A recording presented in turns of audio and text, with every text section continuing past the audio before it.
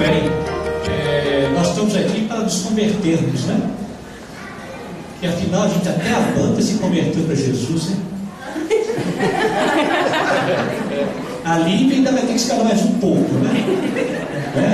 Às vezes a gente é Lívia no mundo, né? Nós não convertemos, mas a banda se converteu. Quem não sabe o que eu estou falando? Não vivem no mundo, vai assistir o último capítulo da novela. Vai assistir. Mesmo sem entender. Mesmo sem entender. Sempre do lado alguém que entende, que 5 minutos conta a história toda de Jesus no último capítulo. Eu só assisti ontem, porque os meus filhos estavam acompanhando a novela por causa do pai. Aí ontem eu assisti, porque estava todo mundo lá sentado. Vamos conversar sobre esse assunto da novela. Não, mas o pai não sou eu, o pai é o pai dos meninos. Eu sou só companheiro. Ah, meu Deus, escapei dessa. Achei que ia poder conversar com vocês sobre o final da novela. Por que nós colocamos esse assunto aqui no finalzinho do nosso encontro? Porque quando nós estamos diante da enfermidade, tudo aquilo ali se concentra. É o momento de viver tudo aquilo ali.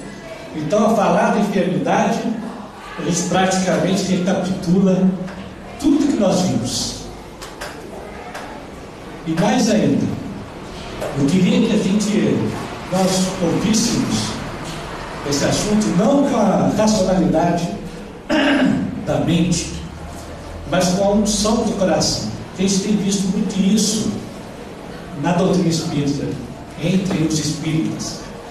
Nós conhecemos muito, sabemos muito, vemos muito, mas a gente não vive aqui com unção, com a fé, meio com aquela coisa que no momento do testemunho, aí se entrega mesmo aquilo que eu creio, aquilo que o Emmanuel fala, né? Eu não apenas sei, mas eu creio, eu tenho certeza. Até não vim fazer isso não, mas vou ler para vocês aqui, em homenagem à minha esposa. Eu carrego isso aqui na carteira. Aqui, segura aqui. Cadê o Eustáquio? Cadê o Eustáquio? Isso é fruto do nosso curso da Bíblia, que eu distribuí para todo mundo e falei, os homens têm que colocar isso na carteira. Ele posta. Aí eu penso, imagina, né? Acho que todos, Rosana. Olha que manda, define e fecha. Eu quero que a gente, nós vamos apresentar o tema de hoje em clima de fé. Ter fé é guardar no coração a luminosa certeza de Deus, que faz meu coração repousar numa energia constante de realização divina da personalidade. E assim, alcanço a possibilidade de não mais dizer eu creio, mas afirmar eu sei. E iluminado, não estagno em nenhuma circunstância da minha vida, pois adquiri a confiança de saber enfrentar todas as lutas, problemas, desafios e circunstâncias com essa luz divina em meu coração, que agora me faz dizer: faça-se nesse escravo a vontade do Senhor. Está lá no Consolador 354, depois deu homens em homenagem às mulheres, mulheres em homenagem aos homens. Faz assim, põe no cartão, quando estiver abalado, você tira e lê. Gente, que coisa gostosa isso aqui. Então nós vamos falar hoje da ciência, muito de ciência espírita, mas com um olhar da fé, com um olhar da unção. E aí nós vamos. Ó, esqueci de ligar aqui, cara.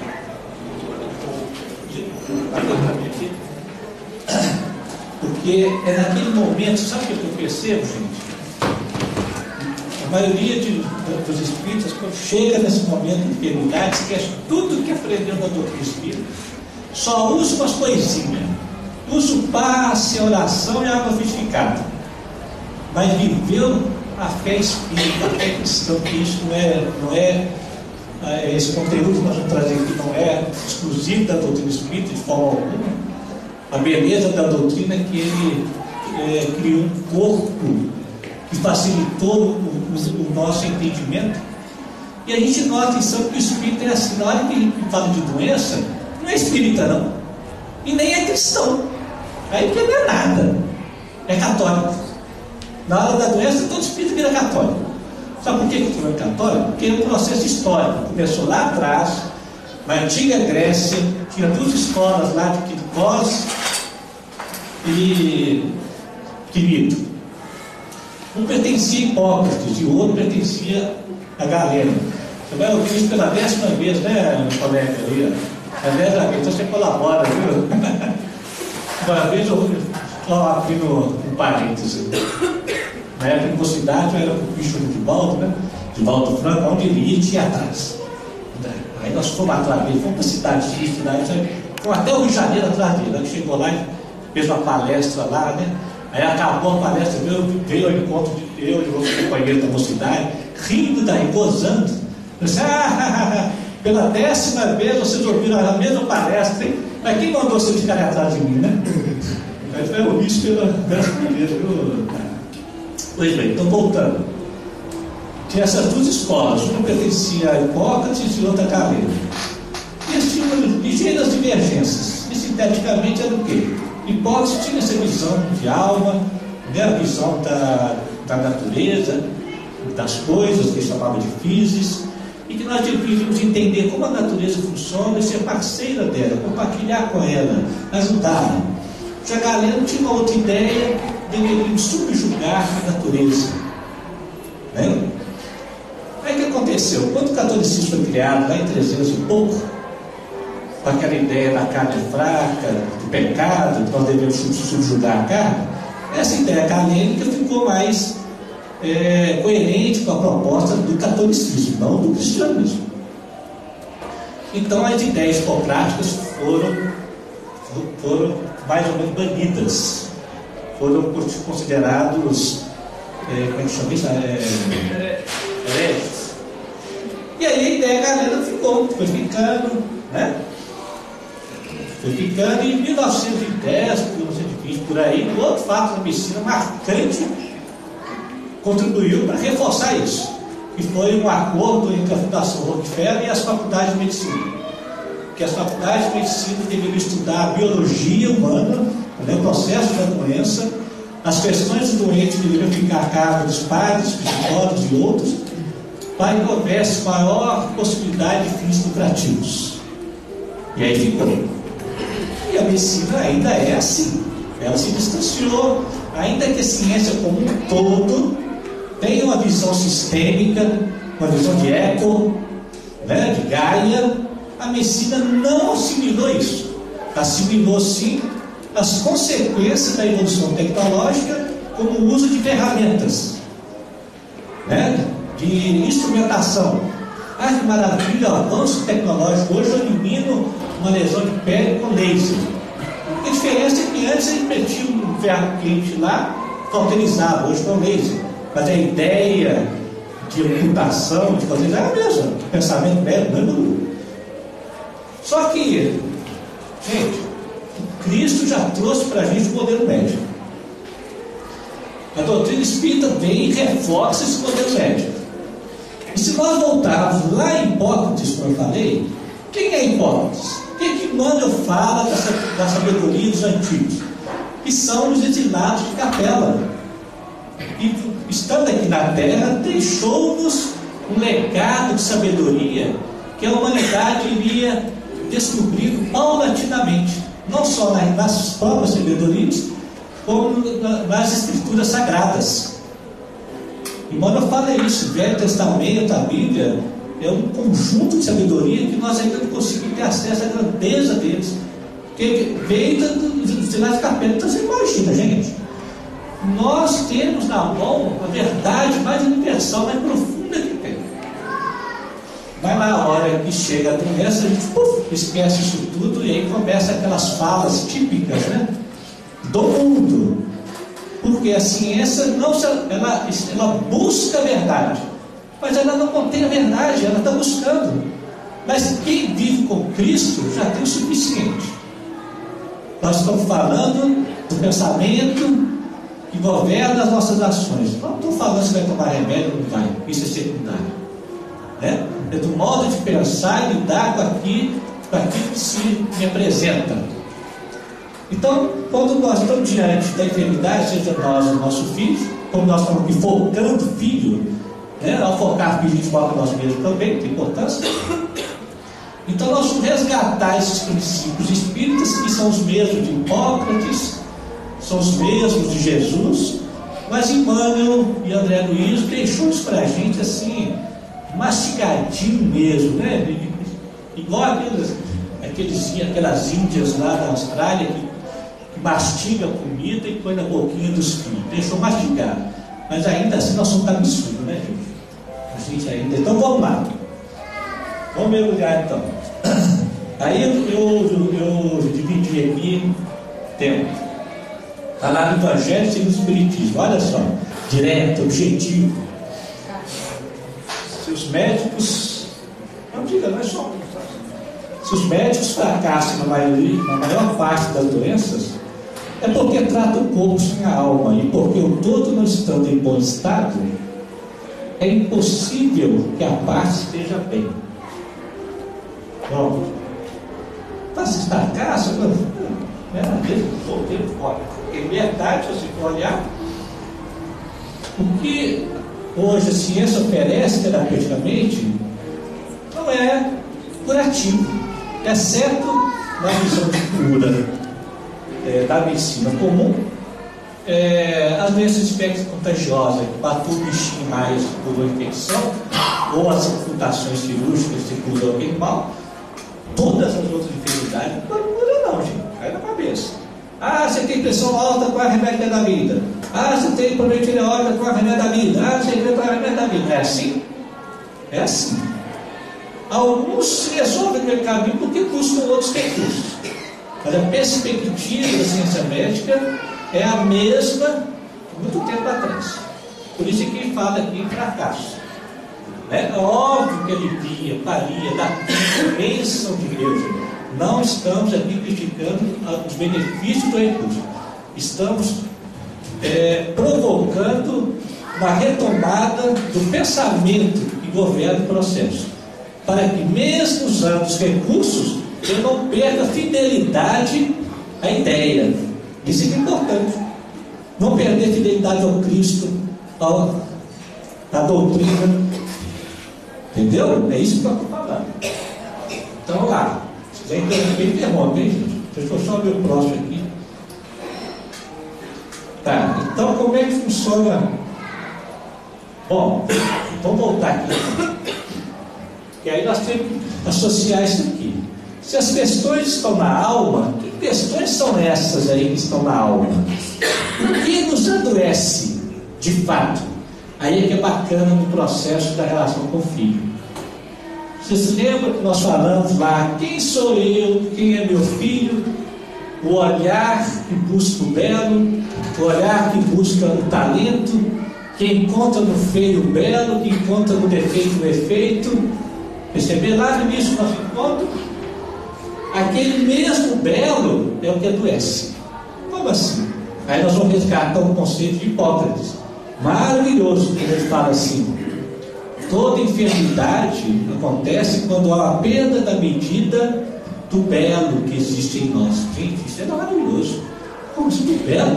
O meu belo, aquilo que eu sou, que eu tenho de talento maravilhoso, a minha luz é que faz meu AVC, a desmedida disso. Quando nós vamos estudar a mitologia grega, toda a bagunça da mitologia grega, o brigaiado de Deus, é devido à desmedida. Existe lá uma deusa chamada Íbris, é a deusa da desmedida. Ela chega perto daquele Deus, e cada um tem uma virtude, tem um talento, e chega lá com tudo aquele Deusinho e fala assim: ó, o senhor prometeu. Com toda a vaidade dele, ele resolve ser mais do que os deuses, né? E aí o Senhor prometeu, usa da sua astúcia e tenta passar a perna dos Deus, querendo ser mais do que ele, para ser agradável aos mortais, porque os imortais precisam dos mortais, porque os mortais é que alimentam os imortais. Aí o que acontece? Zeus vai lá e pimba, pune ele. E aí a bagunça toda da mitologia grega é a nossa, é da desmedida. Ou seja, nós carregamos um anseio demais, né? Na maioria das vezes, movido por sentimentos antigos de culpa e medo, que nos faz exacerbar daquilo que eu sou bom.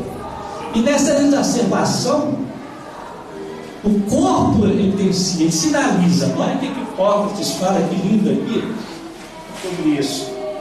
A enfermidade não é castigo, é a alteração da boa ordem da natureza.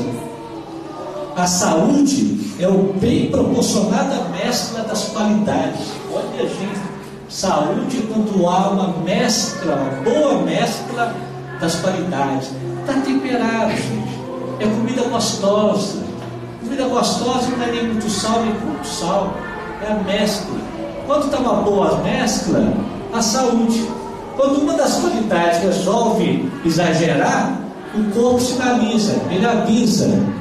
Então é aquele momento do cogitar, do pensar. Aí nós voltamos aqui a princípio de realidade. Meu filho adoeceu. O que está acontecendo? Qual que é o momento de vida dele?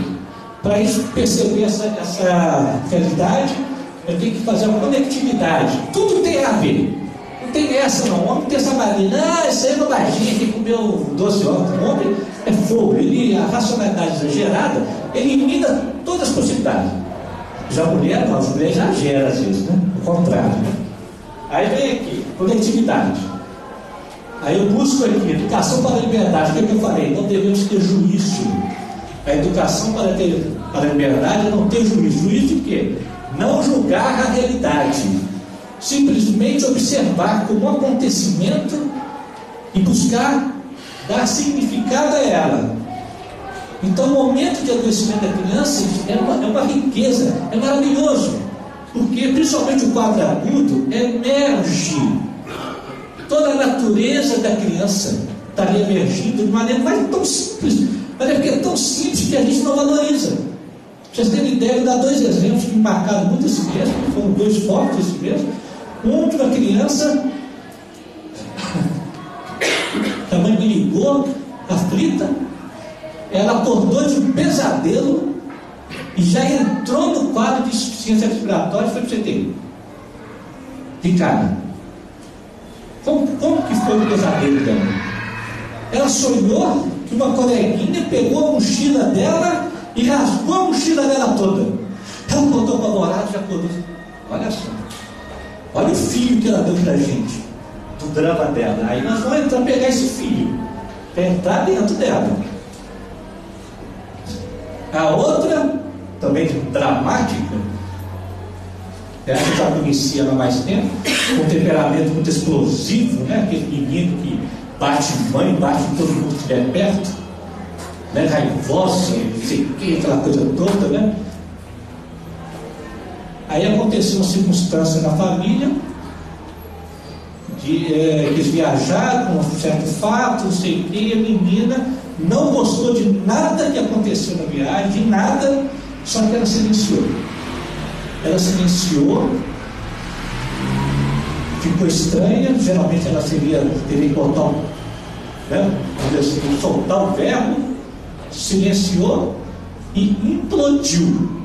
O que implodiu? Ela fez o pneumotórax. O que é pneumotórax? Ela entrou no quadro também de insuficiência respiratória e uma bolha, né? Ou seja, o pneumotórax é quando a parte do pulmão explode e entra ar onde não tem que entrar e gera uma falta de ar. Ela fez o pneumotórax, implodiu literalmente. E na implosão dela, no hospital, ela falou: vocês não cuidam de mim. Pronto. Aí vai ter gente ainda boboca falando: ah, é o vírus, ah, é o clima que viajou, estava frio lá. Ah, pelo amor de Deus, depois desse estudo aqui, quem falar isso para mim vai ser excomungado. Não vai ir nem para o umbral mais. Eu vou botar na porta do umbral. Eu vou ser o primeiro a citar lá, vigiando.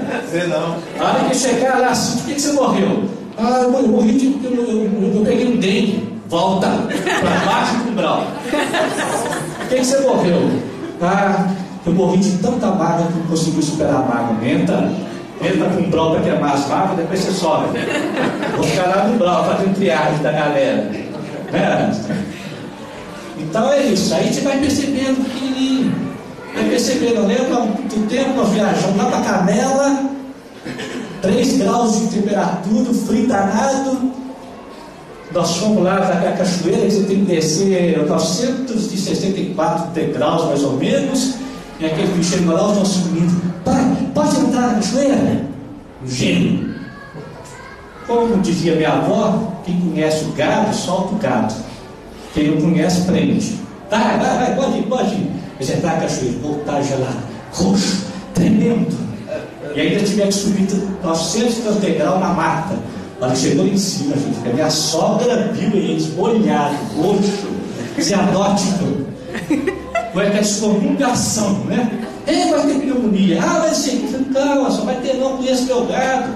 Está tudo alegre, vai ter nada, não sei o quê. Para minha felicidade, minha sogra adoeceu. Presa no hotel, nós fomos passear com ela. Os meninos felizes da vida estão adoecendo. É assim, gente. Isso é fé. É isso que nós estamos conhecendo com verdade. É isso. Eu sei o meu gado. Eu sei como é que ele é. Eu sei o que adoece ele. Pode ir. Pronto. Nós falamos aqui, educação para a liberdade. O que é que Paulo fala? Eu vim, o Senhor veio para nos libertar da lei. Porque aquele que age pela graça não precisa da lei. Não é assim, professora? Ela é professora de Bíblia. Mais pra frente, a Bíblia lá. Gente, mas eu achei aquilo demais. Como assim? A Bíblia na mão da Wanda, Marcelo? Aí eu vou pegar a Bíblia e contar igual a Wanda, Marcelo. O Senhor veio nos libertar da lei, porque aquele que age pela lei não tem a graça do Senhor. É isso aí. Quando eu conheço o que é a graça, eu saio fora da lei. Não precisa mais, né? Mais. E aí você vai ver os detalhezinhos ali, o que adoece, o que apertou, olha ali, valorizando tudo, desde pequenininho, de neném, óbvio, mas neném é difícil observar mesmo, é difícil, porque o pé-espírito já veio, já com a desordem, já exteriorizando no corpo físico, você fica observando, vai atendendo. Como é que resolveu o negócio da menina lá? Não desencarnou. Não, aí é um processo longo aí, que aí hoje o nosso momento aqui, ó, vão socorrer para você ter os outros recursos necessários de medicina, mas agora vão trabalhar a causalidade do processo, porque a predisposição continua, quer ver? O André Luiz fala isso, a predisposição morta continua, gente, olha lá, vamos continuar. Ricardo, isso aí você está mostrando assim, vamos fugir do medo, ele não é nada engrandecedor. Ele é o seguinte, a gente não consegue fugir de medo, não. Tem um parâmetro dele. Né? O medo, a gente tira o medo daqui de trás e põe do lado. E vou junto com ele. Porque a gente não elimina medo, não. Nós não estamos tão evoluídos assim para eliminar medo, não. Só se tiver uma narcose. Tomar muito Rivotril, frontal, essas coisas aí, fica narcotizado. Aí fica assim, enfrenta, é chato, como chato, sério. Você põe no medo, fica assim, para conhecer. Porque o medo nos impulsiona a construir o nosso talento. Se eu tenho medo de ser negligente com meu filho, eu vou estar desenvolvendo a beleza do cuidado. Isso, aqui. Só que tem um momento que eu tenho que medir, porque se eu exagerar nesse meu medo e ficar cuidando exageradamente, aí o medo fica aqui atrás, eu começo a achar que eu tenho que evitar sofrimento de filho, pai e mãe não evita sofrimento de filho. E poda tudo, né, Ricardo? E vai podando, né? E aí adoece e põe culpa por causa disso, da chuva, do vento, do picolé, da comida, começa a pôr culpa em tudo. Por isso que o Rousseau falava, que os médicos ajudam a criar mau caráter. A criança com mau caráter. Fracas, pusilânimes. Porque é isso mesmo, né? Olha lá, guia dos espíritos, órgãos são instrumentos, não é o contrário, é sempre da alma de cima para baixo. Nós somos vítimas, estou assim para o meu rim, E é gozado que até no meio espírita, às vezes a pessoa tem conhecimento esotérico e fala assim, eu adoeci porque meu chakra está desordenado. Não, eu desordenei meu chakra. E ele desordenou. Até isso é difícil de abrir mão do pensamento, né? É difícil mesmo, não levar ainda reencarnações, que não é fácil abrir mão dos poderes. É uma inversão, né? Aí ele vai lá na esotérica, põe nos cristais, vou lá organizar meu chakra. Fica lá sentado. Depois também na casa espírita um espaço específico, espaço para valer, preto velho, tudo. Aí tá pouco, vai no centro de Umbanda, tá pouco, não sei o quê. Acende duas velas. Aí vai. Não confundais o efeito com a causa. Não são os órgãos que dão as faculdades. Está lá. Isso que eu quero sentir isso com fé, gente. Com fé. Excetuar os quadros infecciosos pelos quais se responsabiliza a ausência da higiene comum, as depressões criadas em nós por nós mesmos plasmam determinados campos de ruptura da harmonia celular. E que geralmente quase todos eles surgem como fenômenos secundários sob zonas de predisposição. Ou seja, esse aqui seja, usa ali específico mesmo. Todo mundo, a bactéria tem, achando que o problema é do pernilongo, né? Sei que, pegar, contagiar. Existe uma zona de predisposição mórbida, que é isso que nós falamos, da perda da medida, do belo, que está no extremo. A mescla, né? Ou seja, o enxerto está com muito feijão, fica ruim. Ali é a zona de predisposição mórbida. Aí o que acontece? Diante de um fato que supera a capacidade de elaboração de trazer para o meio, a gente adoece. O agente externo, bactéria, vírus, não sei o que, ele entra no sistema. Gente, nós temos que entender. Bactéria é de Deus, vírus é de Deus. Vocês duvidam disso? Vocês duvidam? Hein? Sim! Sim! Assume a verdade, senão eu vou estar lá na porta com droga. Eu vou ficar no meio do caminho, no cemitério.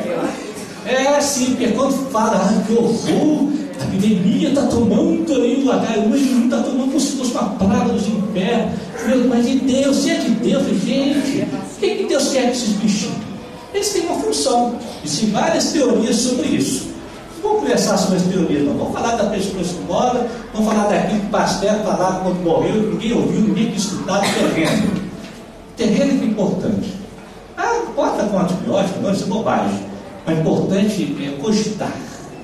Meu filho está com amidalite, eu estou com amidalite, o que aconteceu? O que foi? Vamos analisar. Olha ali, você observa, para perceber que desmedida é essa, o que está preso, o que está saindo, o que. Aí vai, né?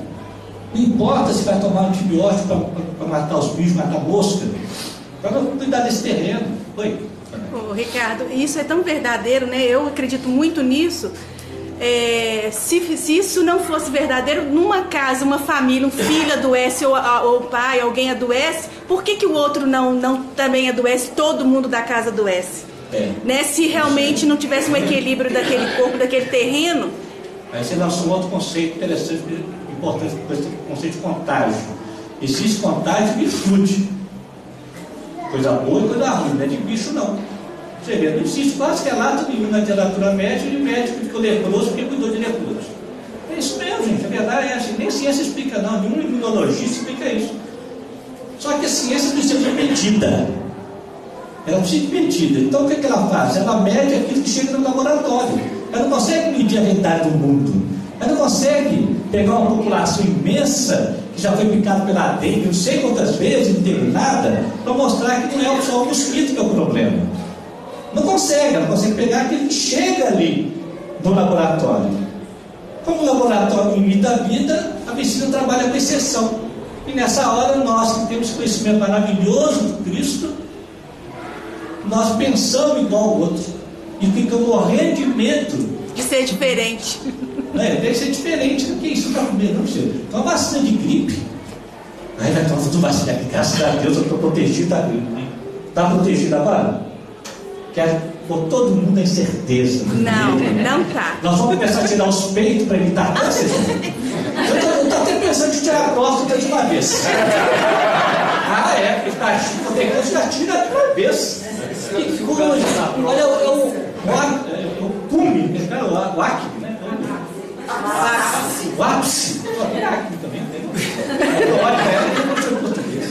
é o ápice da loucura do processo, né? É o ápice, gente. Vamos começar a ocultar agora. E aí começar a descer o ensino Frankenstein. Se eu tirar essa perna logo, como mecânica. Graças a Deus, agora não vou ter trombose mais. Quem encosta na unha, tira a encosta de unha. Põe logo um pé artificial, porque é pé bonito. Né? Vai ser assim daqui a pouco. Achando aqui, né? E aí, Paulo? Tá entendendo, gente? Tá ali. Isso é gostoso. É liberdade. Todo mundo está alucinado, sendo vítima, né, da ciência do poder, né, que existe manipulação de tudo isso, infelizmente. Já se foi a época das pesquisas pela verdade em si. Já não se pesquisa mais para a verdade, pesquisa-se mais para com o fim de ganhar alguma coisa. Mas não precisa de pesquisa, não. Quem tem Jesus, doutrina espírita, de pesquisa não tem tudo, gente.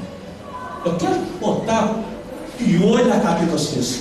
Porque quem tiver tomando cidastatina aí, eu quero que saia daqui louco, barrido. Mas é colesterol. O que Jesus falou?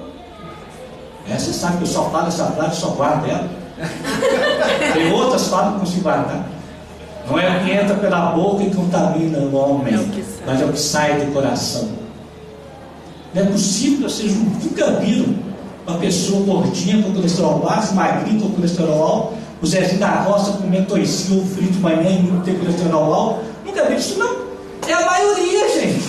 A minoria é o que a medicina fala. O colesterol vai ficar para a artéria, tinha cuidado, hein? Aí começa a tomar cidastatina, começa isso, não sei o quê, e continua na mesma vida. Aflito, ansioso, correndo, na mesma vida. Aí quando dá um infarto, ele fala assim, aí ninguém explica, mas está tomando cidastatina, doutor. Aí então era pouco, suplementado, né? É assim. Não mudou a vida, o raio do bota uma cidastatina, continua iludido. Continua, é difícil tirar a ilusão, gente. É para isso que tem um umbral, né? O André Luiz fala no nosso lado. O umbral serve para tirar a ilusão. Tira também cidastatina, tira ribotril, tira tudo, que chegar não tem farmácia, não tem médico para ludibriar a gente, não tem. Quando chega no umbral, se a pessoa se aflito, ai meu Deus do céu, preciso de um citalopram, preciso de um Prozac, preciso de um Viagra, não tem Ritalina aqui não. Aí no umbral não tem, gente. Gente, que coisa horrorosa, eu pensar nisso até arrepio.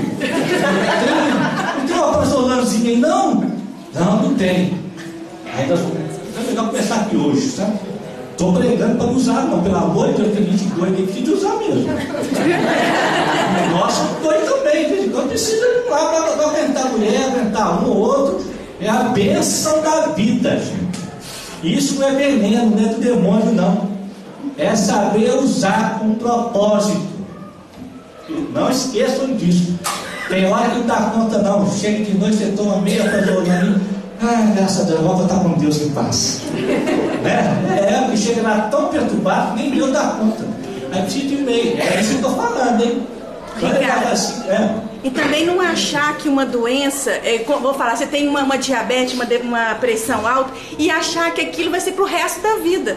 Porque a pessoa toma aquilo como dele, e aí ele fala, eu vou morrer com isso. E vai mesmo. Falou, porque o pensamento. Olha lá, conselho de tudo. Para o homem da terra, a saúde pode significar o equilíbrio perfeito dos órgãos materiais. Para o dono espiritual, todavia, a saúde é a perfeita harmonia da alma, para a obtenção da qual, muitas vezes, há necessidade da contribuição precisa das modéstias. Gente, quando os meninos lá em casa ficaram ajustados, ficaram doidos para adoecer. Tem coisa boa, uma febre. Eles aquietam. O que é febre, gente? Febre é queima de arquivo. É necessário. Reorganiza. Mas você não lê no mundo maior, não? Quem já leu no mundo maior aqui? Nossa Senhora, também você não estava lá, você pode ser médico, gente. Isso, no mundo maior fala lá o capítulo da convulsão. Todo mundo morre de medo da convulsão, porque a medicina botou medo, né? A 30 anos atrás botou medo. O que o André Luiz fala? A convulsão reorganiza os campos psíquicos. resgatando a harmonia transitória, dando tempo para que o homem se organize. Isso é uma bênção, ainda mais de febre, então ele tem que ter febre mesmo. Aí vai ter convulsão, mas se tiver, te assusta, pega um medo, estrangular, não sei o quê, mas eu quero dizer para vocês que é bênção, gente. Se tem medo não, pode ir para o hospital, faz o que quiser, mas vai com serenidade, fala, olha, está reorganizando. O André Luiz falou isso. Ué. Quando Lázaro estava morto lá, estava lá naquele estado, chamaram Jesus. Jesus levou 3 dias para ir. Porque sabia, quem sabe é tranquilo. Quem sabe não fica aflito, desespero. Sabia a condição de Lázaro. Só depois de 3 dias quem foi? Uma boa casa, vamos dar o socorro, vai dar o socorro, vai. Tranquiliza, está organizando. A febre é queima de arquivo, então adorava com os meninos. Até hoje eu fico de olho. Estou vendo lá que tem uns lá que estão exagerados. Está exagerando, daqui a pouco adoece, graças a Deus. Agora vai proibir. Vai dar uma temperada. Aí você acolhe, ajeita, pode dar o que quiser. O que você quer? O que você quer? Aí vai. Não tenho medo de doença não. Não é medo não. Ricardo, tem gente que observa. Oi. sobre vacina, o que você me fala? O que vocês falam depois de vacina? Eu não. Eu já dei subsídio suficiente. O que você fala agora de vacina? Eu tomei vacina. Depois dessa. O que vocês vão fazer? Agora adiante responde sobre vacina. Né? Ou seja, enquanto o homem não se cura e vai manifestando as enfermidades, as doenças vão mudando de nome. Né?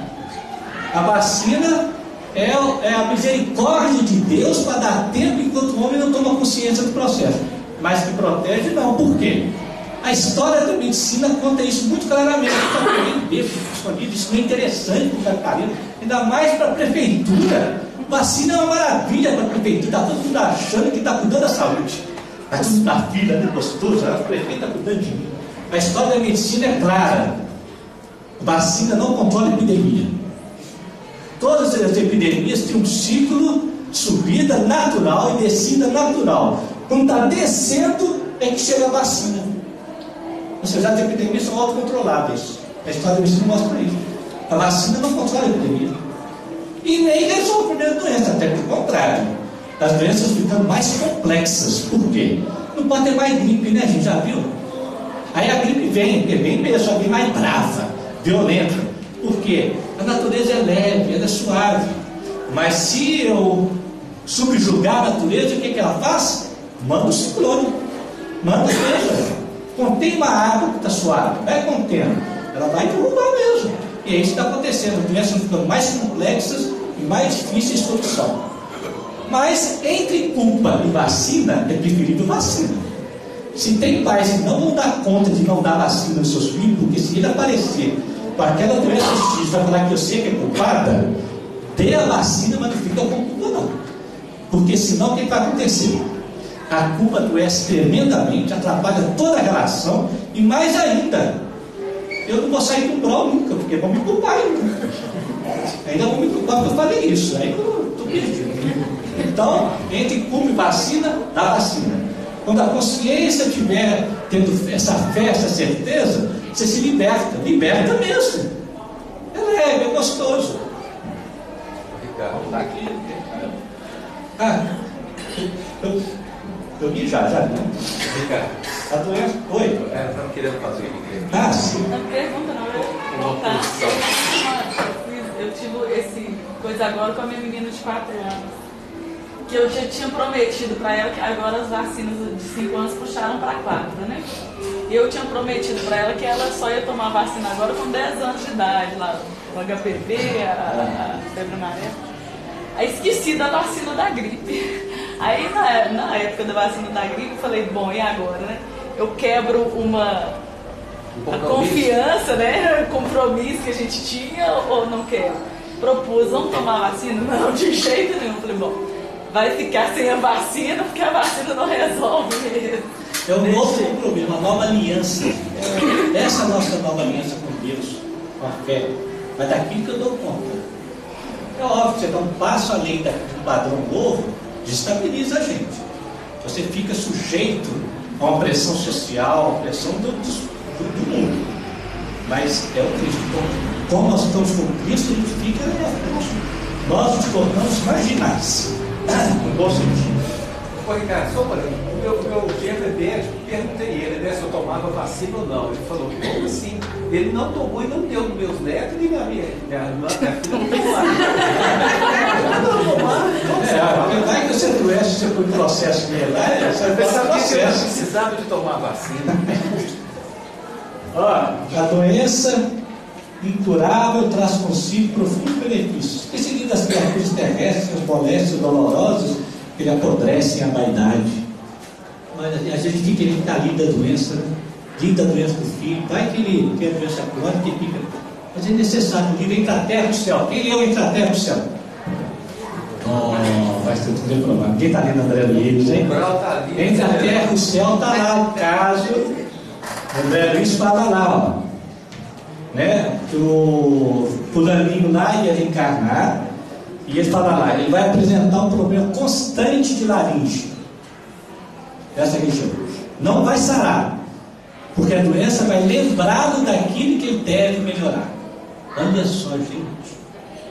Aí vai, pode ir no médico, vai, sei que. Se a gente tomar consciência, ele precisa até alivia. Até alivia. Né? Porque vai tudo livre e tal, vai na paz, sabendo que aquilo está fazendo um processo com ele, que está ajudando a se libertar, a gente começa a entender, né, a enfermidade crônica do filho, que de repente, cria um momento e olha que cura. Nesse caso específico, cara, a gente pode falar de época do passado, né? Porque nós, obviamente, somos criminosos no passado, né? Enriqueça, ou pelo menos não quer me ouvir.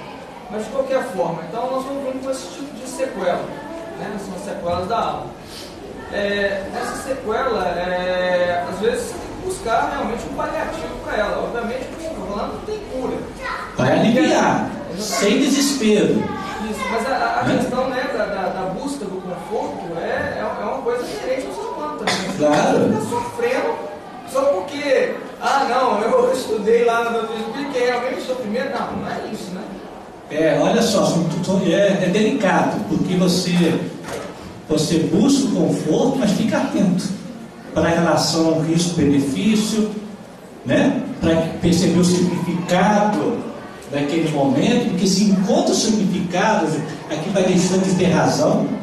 E outra coisa, pelo amor de Deus, não sair com essa ideia de que eu fui criminoso no passado, que aí cai na ideia que eu tenho que sofrer. É a culpa, minha Não, gente, no caso entre a terra e o céu, aquele jovenzinho, aquele homem, ele suicidou. Ele tem 2 reencarnações de suicídio. O que é suicídio? Eu não sei de viver, gente. Eu quero viver tanto que não dou conta de viver nessa realidade maniqueira. Então é a desmedida do belo, como diz Hipócrates. O suicida, ele é tão desmedido do belo que não dá conta de se auto-aniquila. Mas é busca de beleza. É busca de querer viver. Eu tenho que introjetar isso em mim para sair desse padrão que nós espíritas temos de ver a reencarnação como punição, castigo, aquela coisa, né? Não, gente. Todos nós estamos buscando o quê? A beleza, a justiça, a alegria, a bondade. Todas as nossas coisas do passado é porque nós quisemos isso. E nós queremos isso. Só que a direção, você lembra que eu falei lá da coisa? A direção que foi equivocada.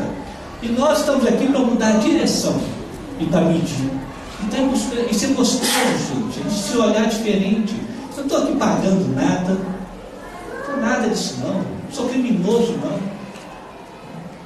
Eu sou filho de Deus. E quem é filho de Deus mora na casa de Deus. Quem é escravo de Deus não mora na casa de Deus, mora lá fora. E o Senhor veio para nos libertar da condição da escravidão da lei, para viver da graça. Então é aquele momento que eu sofro, é angustiante, isso é humano. É humano ter medo, é humano sentir medo de perder o filho, querer fazer alguma coisa, buscar o conforto. Mas eu saio da urgência e entro no que é essencial. Eu não perco essa referência. Percebe, gente? Eu posso ter paz e estar aflito. Olha que interessante, porque paz não é uma emoção, não é um sentimento. Ter paz é uma pessoa, é o outro, é Deus que está comigo. Paz é conviver com a outra idade, com esse outro que eu confio, e eu tenho certeza que ele me guia, que ele me segue, que ele sabe do que são as minhas necessidades. Paz é certeza do outro, não é emoção nem sentimento, de tal maneira que eu posso ter aflições, mágoas, raivas, medo, eu posso ter isso tudo. Eu posso não ter paz psíquica, mas eu tenho paz espiritual, que eu tenho certeza. E Emmanuel fala assim: não duvides de que o Senhor sabe das suas necessidades. Gente, isso é muito demais. É unção. Senhor, o Senhor está vendo aqui eu com meu filho? Olha aqui, Senhor, a doença dele é horrorosa. O Senhor sabe das suas necessidades. Eu sei do que você precisa para se libertar, e ele também. Então prossegue, continua, vai, busca conforto, busca isso, busca, mas sabe o que é. Não perde a referência, não perde, não.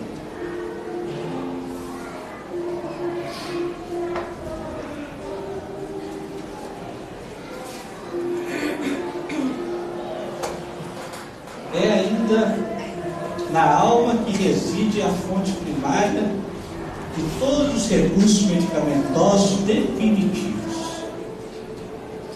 A assistência farmacêutica do mundo não pode remover as causas transcendentes do caráter mórbido dos indivíduos. O remédio eficaz está na ação do próprio espírito enfermo. Algumas farmácias sim, mas não remove não. Remove não. Sai daquela assim, graças a Deus eu sei que eu tenho no estômago. É o H. pylori. Agora eu vou matar o H. pylori com antibiótico, vou tomar um omeprazol e graças a Deus ficar bem. Faço não. Porque se eu não voltar para ir lá remover as causas profundas, um processo constante de busca, de autoencontro, naquele momento de encontro com Deus, de imenso encontro com Deus. Porque doença é finitude, é medo do ir, da morte, é impotência. O que fazer? Eu me entrego. É naquele momento que o infinito conversa com a gente. É naquele momento. Não sei se eu já contei uma experiência aqui do cálculo renal. Então eu vou contar para vocês. Porque como Emmanuel fala assim, que fica buscando testemunhos do mundo espiritual, mas nós é que temos que ter testemunhos. Testemunhos vivos uns para com os outros. Há um tempo atrás, o cálculo renal se apresentou em mim, corri para o hospital, aquela dor, né, aquela cólica terrível. Nem morfina passava, nada.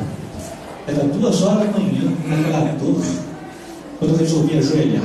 Ajoelhar é aqui, né?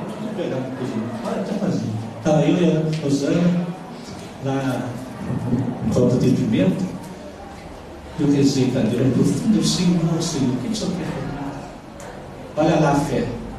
O que o Senhor quer de mim, Senhor? O que isso significa, Senhor? Me ajuda, o Senhor sabe o que eu quero, que eu busco, mas às vezes eu não sei. Comecei a conversar assim com ele, até conversa, a gente tem que pensar mesmo profundo. Fui conversando, gente, de repente. Conectei com algo. Eu devia estar lá no porão do meu inconsciente. Eu nunca conectei. Meu pai, que desencarnou, tinha uns 14 anos. Eu não chorei na falta dele. Não chorei. E foi. Né? Foi. Era um pai drogado, ausente, aquela coisa toda do lado. Não soube o que era ser pai. E não sabendo o que era ser pai, eu me propus a buscar, a saber ser pai. Não sabia o que era pai. Fui aprender a ser pai. Comprei uma mulher maravilhosa. Bendita seja as ruas do Salgado Filho. E me auxiliaram a aprender a ser pai. A bênção, né? Olha o José do Egito lá, né? Bendito seja, né? E aí nessa busca de ser pai, isso foi no passado, gente, né? Uma busca de ver os filhos felizes, dando melhor para eles, de ver os filhos saírem, né? Puxa vida, minha menina morando naquela cidadezinha de 1000 habitantes, não vai ficar feliz lá. Meu filho resolveu ser professor, sabe? Vai ser feliz com aquele salarinho. Comecei a angustiar. Mas não conectei com a figura paterna. Daquele auge de dor, lá no PA, quando eu fiz esse clamor a Deus, Senhor. Gente, pela primeira vez eu senti saudade de pai. Senti falta de pai. Aquela falta de vontade de pegar a mão dele e falar, pai, sabe aquela coisa assim? Né? E eu acho que devia estar presente ali. Eu chorei, mas chorei, querendo pai mesmo, aquela coisa que eu chorei lá com 15 anos. Gente, quando eu chorei, acabou a dor. A urina que mostrava sanguinolenta, clareou, me levaram para fazer uma tomografia. Cadê o cálculo? Melhor, tinham feito antes, encontrou o cálculo. Quando eu repeti o exame, sumiu. O cálculo se dissolveu em lágrimas. Quando eu cheguei em casa, eu vi o que era esse encontro com o pai. E ri na medicina chinesa, tem isso, né? É a família, a relação com a família, né?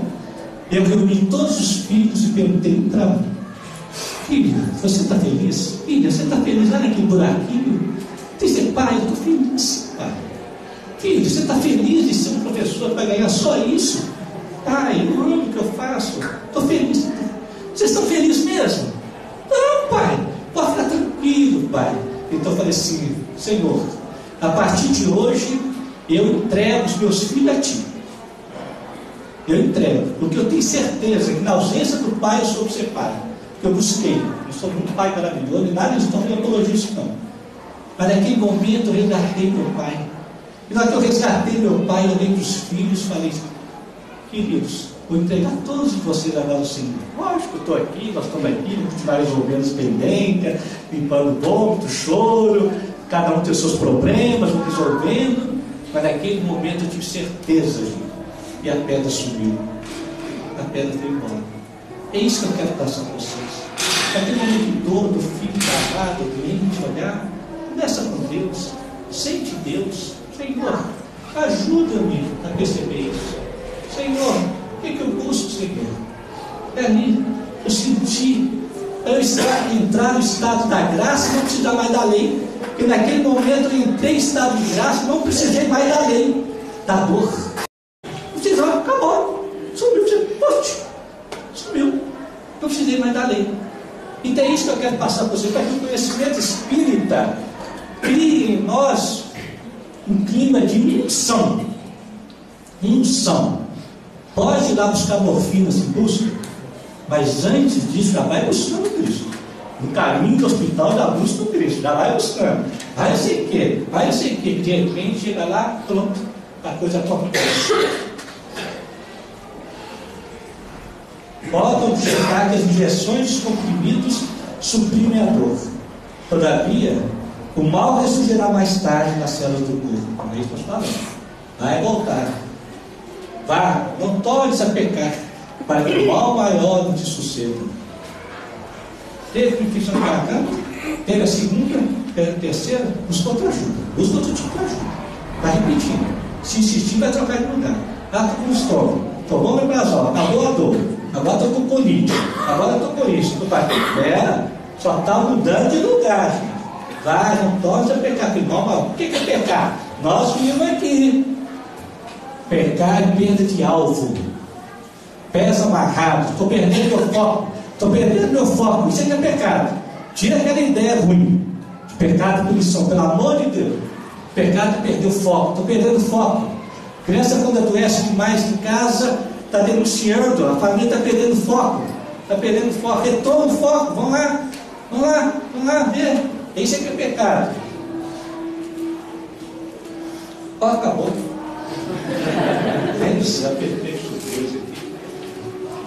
Então, eu vou colocar.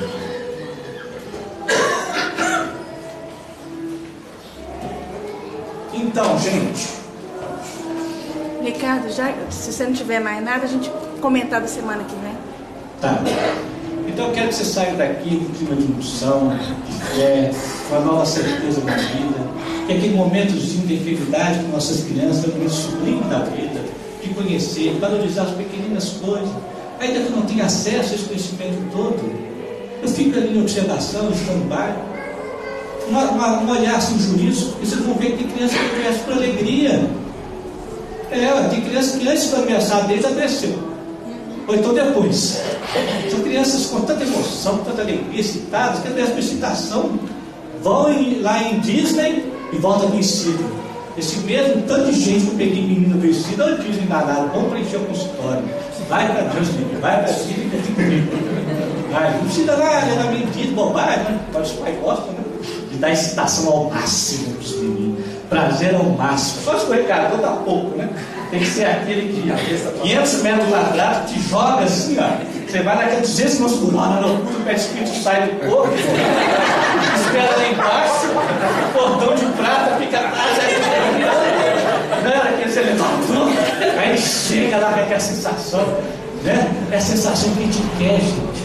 A gente quer aquilo, a gente quer orgasmo na vida. Isso é orgasmo, a sensação máxima do espírito liberto, do peso da matéria. A gente quer isso.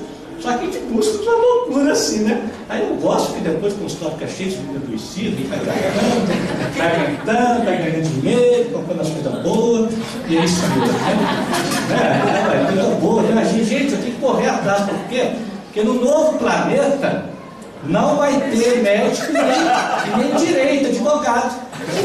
Advogado vai acabar, porque não vai ter conflito, não precisa resolver, vai ser tudo ali na alegria, no discernimento, né? Médico também vai acabar no novo planeta.